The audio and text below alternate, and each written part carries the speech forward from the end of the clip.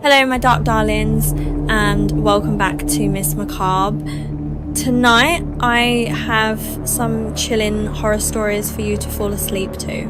So dim the lights, get comfortable, and let the darkness pull you in. And if you enjoy late night horror, don't forget to like, subscribe, and join me again for more. Now, let's begin.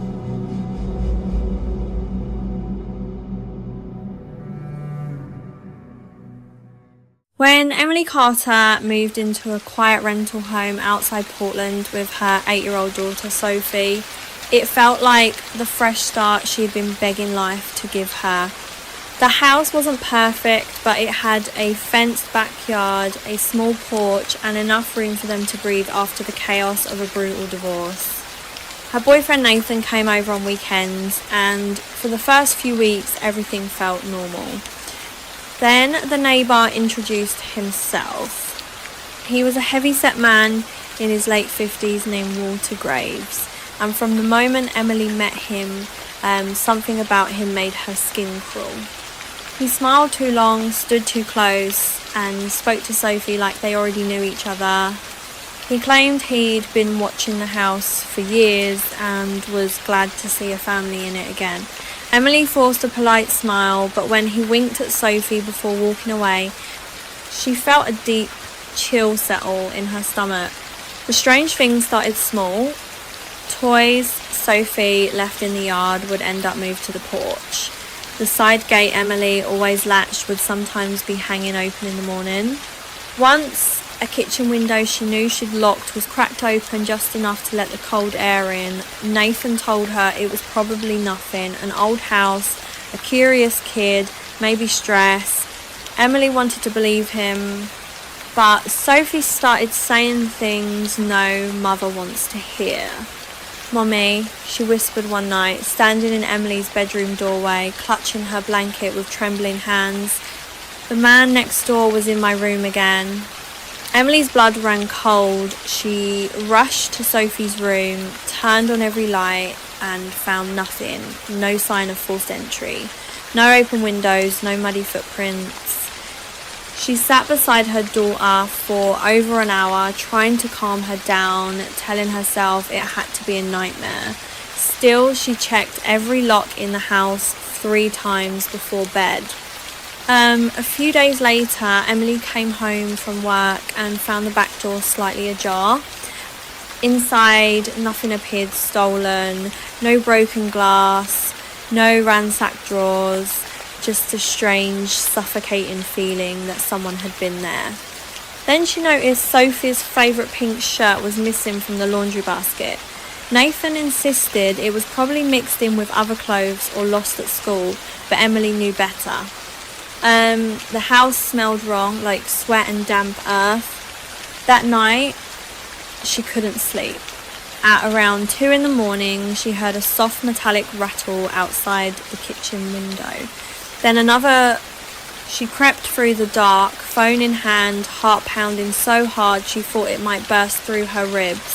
When she peeked through the blinds, she saw him. Walter, standing just beyond the glass in the dark, completely still, his face half hidden in shadow. He wasn't trying to get in. He was smiling.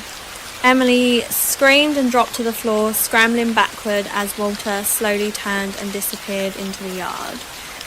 Police came within minutes, but by the time they searched his property, there was nothing obvious, no stolen shirt, no evidence of entry, no reason to arrest him. They told her to install cameras and call again if anything else happened. 2 nights later, one of those cameras caught Walter crouched beneath Sophie's bedroom window at 3 to 14 a.m. The next morning, Emily found a folded piece of notebook paper tucked under the welcome mat. It read, "I like watching you when you sleep." She and Sophie left that same day. They packed only what they could carry, drove to Nathan's apartment, and never spent another night in that house.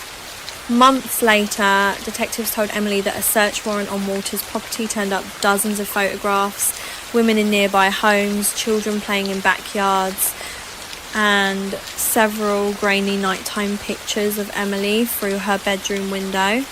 Sophie never slept with the lights off again.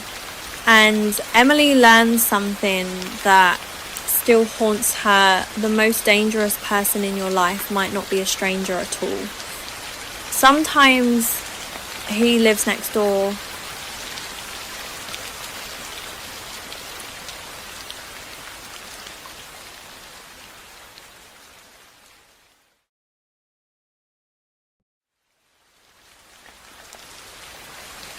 At 26, Maya Holloway thought moving into a converted warehouse loft in downtown Denver would finally make her feel like an adult. She had a good job at an art museum, a decent salary, and a roommate named Jenna who was messy but fun. The building was trendy, secure, and filled with young professionals who left for work every morning carrying iced coffee and designer bags. Then Jenna started dating Carl Mercer. At first, Maya barely noticed him. He was handsome in an unsettling way, clean cut, overly polite, with a stare that lingered a little too long. He showed up more and more often, always under the excuse of waiting for Jenna. If Jenna was in the shower, Kyle would sit at the kitchen island and ask Maya invasive questions in a tone so casual it almost seemed harmless. What time did she usually get off work? Did she always take the train home? Did she ever stay overnight with anyone? Maya laughed them off at first, but something about him made her uneasy. He never seemed embarrassed when she didn't answer. He just smiled, as if he already knew. The first thing that disappeared was a silk scarf her grandmother had given her. She searched the apartment top to bottom, accusing herself of misplacing it. Then one morning she found it hanging over the back of her desk chair, neatly folded, even though she knew she'd already torn the room apart looking for it. Maya asked Jenna if she'd found it. Jenna shrugged and said maybe Carl had moved it while looking for a charger. That explanation should have comforted her. Instead, it made her feel sick. Then Maya began noticing her bedroom door was never quite how she left it. She was meticulous, she always shut it before leaving, yet more than once she came home to find it cracked open an inch. A lipstick tube was turned the wrong direction on her vanity, a drawer left half open, a bra missing, then reappearing days later in the laundry room. She confronted Jenna, who got defensive immediately. Kyle would never do that, Jenna snapped. You're being paranoid. Maya wanted to believe her. But then came the night that destroyed any doubt.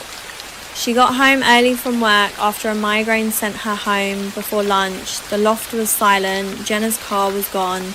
Maya locked the front door behind her and set her bag down. Then she heard something soft movement, like fabric brushing against wood. Her bedroom door was closed. She never closed it when she left. Maya stood frozen in the hallway, staring at it. Then, slowly, the doorknob turned from the inside. The door opened. Kyle stepped out. He didn't look surprised to see her. For a moment, neither of them said a word. He just stood there in the dim hallway, one hand still on the knob, smiling like this was the most normal thing in the world. I was looking for Jenna, he said calmly. Maya's voice shook. Why were you in my room? He shrugged. You left it open. She knew he was lying. She knew it instantly. Her hands were trembling so badly she could barely unlock her phone. Kyle watched her with the same strange, unreadable expression, then brushed past her and left without another word. That night, Maya pushed a chair beneath her bedroom door. The next morning, she installed a tiny hidden camera facing her room. 3 days later, she checked the footage and nearly threw up. Kyle had entered her room while she was at work. Not once, not twice, 7 different times. He went through her underwear drawer, sat on her bed, pressed his face into her pillow, opened her journal and photographed the pages with his phone. In one clip, he stood in front of her mirror for almost 10 minutes, staring at himself while holding one of her shirts against his chest. When Maya finally confronted Jenna with the footage, Jenna burst into tears. Not because she was shocked, but because Kyle had been doing it to her too. He'd memorized her passcodes, read her messages, and once admitted he watched her sleep because it made him feel close to her. Police arrested him 2 days later. During the search of his apartment, they found an entire wall covered in printed photos of Maya, photos she had never taken. Some were from the train platform, some were through the museum windows. One was from outside the loft, zoomed in through her bedroom blinds while she changed clothes. Maya moved out within the week. To this day, she still can't live with roommates. Because sometimes the person stalking you doesn't break into your home. Sometimes you let him in.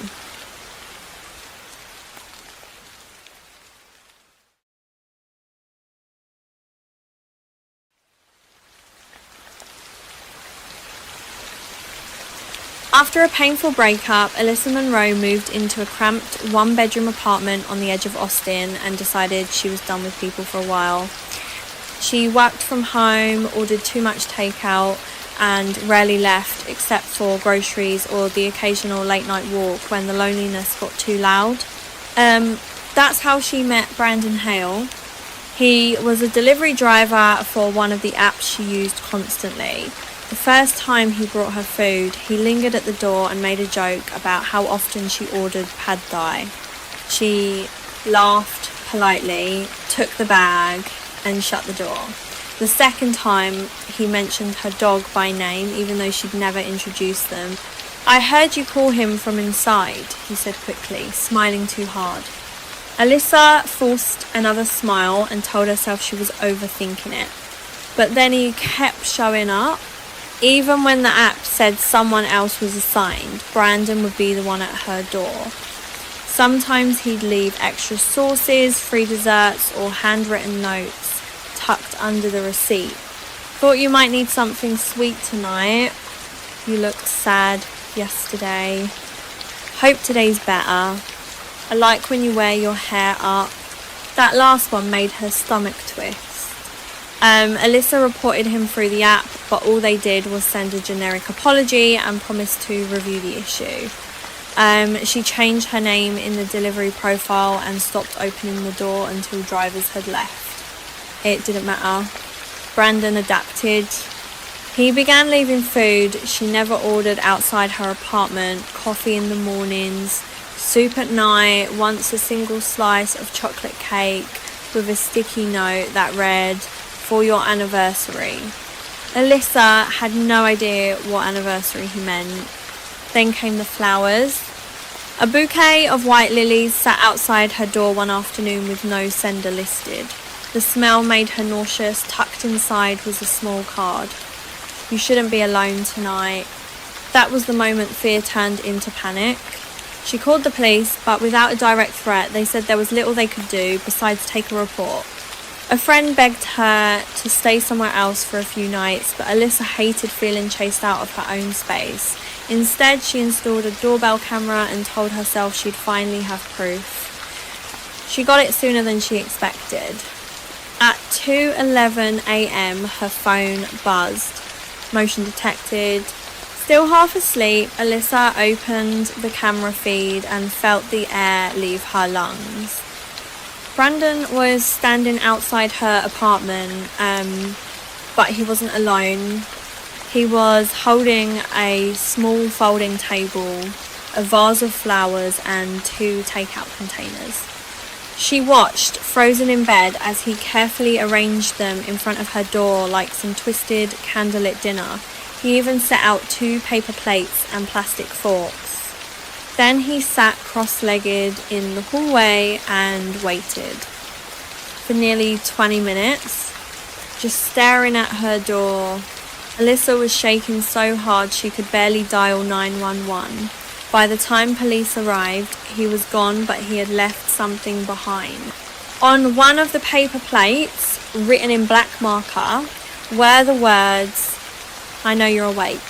Police finally pulled footage from the apartment complex and identified him.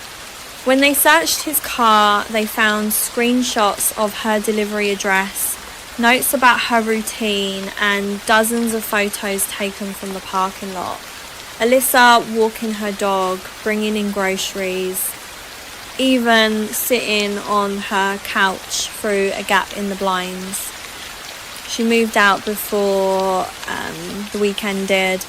Now, she never uses delivery apps with her real name, because sometimes the person who brings dinner to your door isn't just dropping something off. Sometimes he's studying the entrance.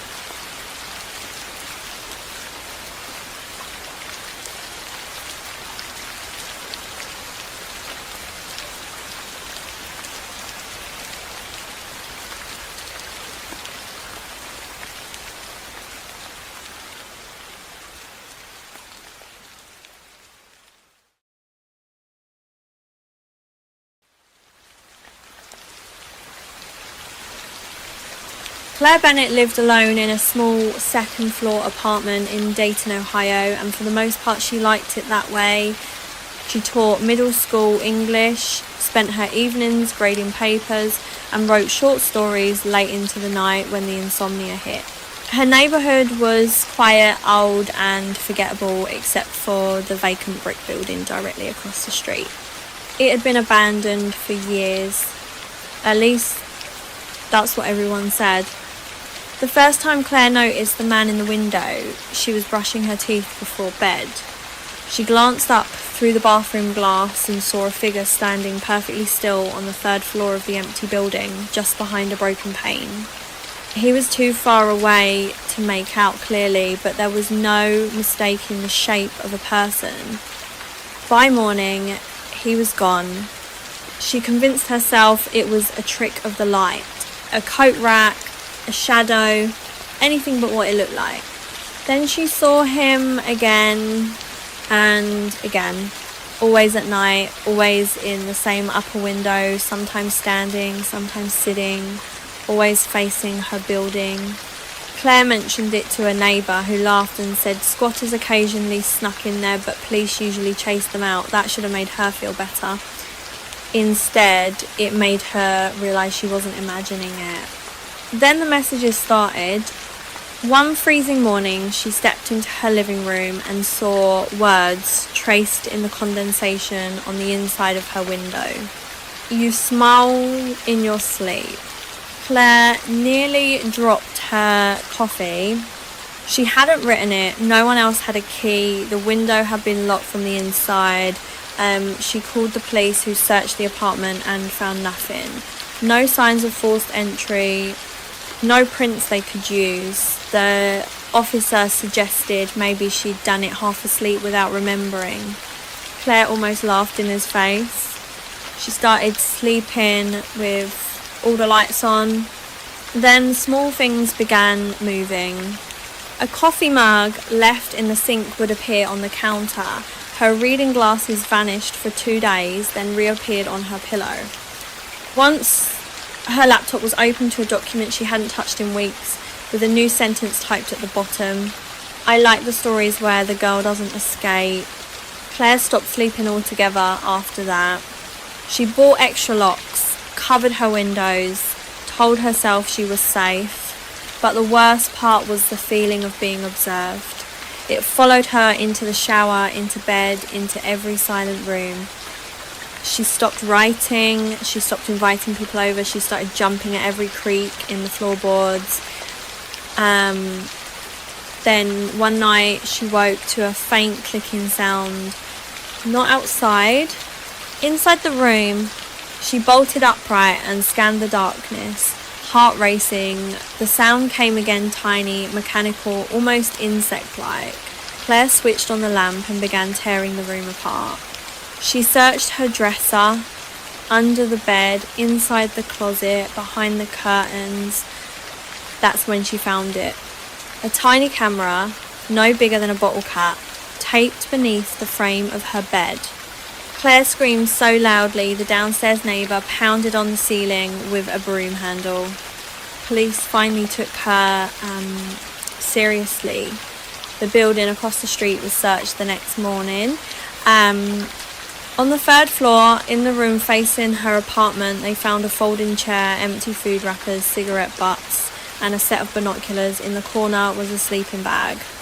Hidden beneath it was a notebook filled with entries about Claire, what time she left for work, what she wore, what she ate, what night she cried, what time she turned out the lights. There were even descriptions of her stories, meaning he hadn't just watched her from across the street. He'd been inside her apartment. The man was never caught. Claire moved out within a month, but she still wakes up some nights convinced someone is standing at the foot of her bed. Because the scariest part wasn't the abandoned building. It was realising the distance between watching and entering was much smaller than she ever believed.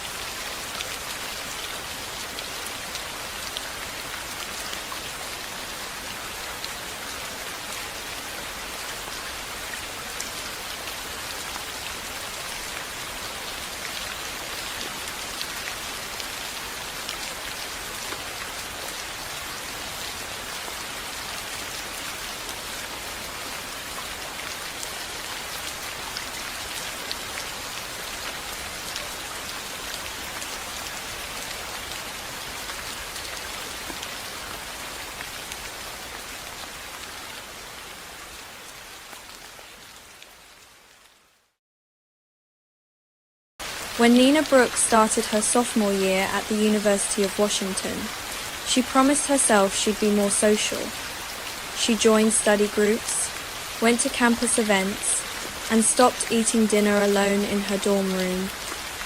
That's how she met Evan Cole, a quiet guy from her sociology class, who volunteered to partner with her on a semester. Long research project, he carried extra pens. He complimented Nina's handwriting in a way that made her laugh. When they met in the library, he listened carefully and remembered every tiny thing she said. Her favourite coffee order, the fact that she hated mushrooms, the name of the playlist she used while studying. It felt flattering, until it didn't. One afternoon, Nina left her notebook on a table while she went to the restroom. When she came back, Evan was flipping through it, smiling. "I was just looking for the assignment outline," he said. But later that night, she noticed something that made her chest tighten. On the last page of her notebook, in handwriting that looked eerily similar to hers, someone had written, "You look prettier when you're tired." She tore the page out and told herself it had to be a stupid joke. Then her campus email password stopped working. Then her Instagram logged her out. Then someone changed the profile picture on her private Spotify account to a blurry photo of her walking back to the dorms in the rain. Nina panicked. She changed every password she could think of and told her RA, who suggested maybe she'd been hacked randomly. But Nina knew the details were too personal, too specific. Then came the rose. She returned to her dorm one evening to find a single white rose placed neatly on her desk chair. No note. No card, just the flower, fresh and wet, like it had been cut moments earlier. Her roommate swore she hadn't let anyone in that night. Nina barely slept. At around 1:30 a.m. she heard footsteps in the hallway outside her room. Slow, deliberate, back and forth, not passing by, pacing. She looked through the peephole and saw nothing at first. Then a figure moved into view. Evan, he stood there for a few seconds, staring directly at the door, as if he somehow knew she was on the other side.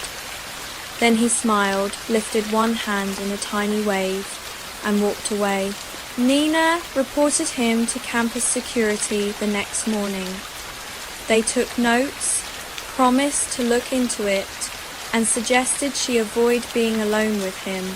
She wanted to scream. Avoid being alone with him. She already was. The next few days were a nightmare. He sat 2 rows behind her in class and never took notes, just watched. She spotted him across the quad when she left the dining hall. Once, she saw him at a coffee shop off campus, even though he'd never been there before. Every time she turned around, he was somewhere in the background, too far away to confront, too close to ignore. Then he crossed the line. After a late study session, Nina stopped at a 24-hour diner with friends. She was laughing at something. One of them said when she reached into her tote bag for her wallet. Inside was a folded piece of paper she had never seen before. Hands shaking, she opened it. It was a list, her class schedule, her dorm floor, the names of her parents, the time she usually called her mother on Sundays, the coffee shop she visited on Thursdays, the route she took back from the library. At the bottom, one final sentence. You're safest when I'm near you. Nina didn't go back to the dorm that night. Campus police obtained a search warrant for Evan's laptop after she showed them the note and the hacked account activity.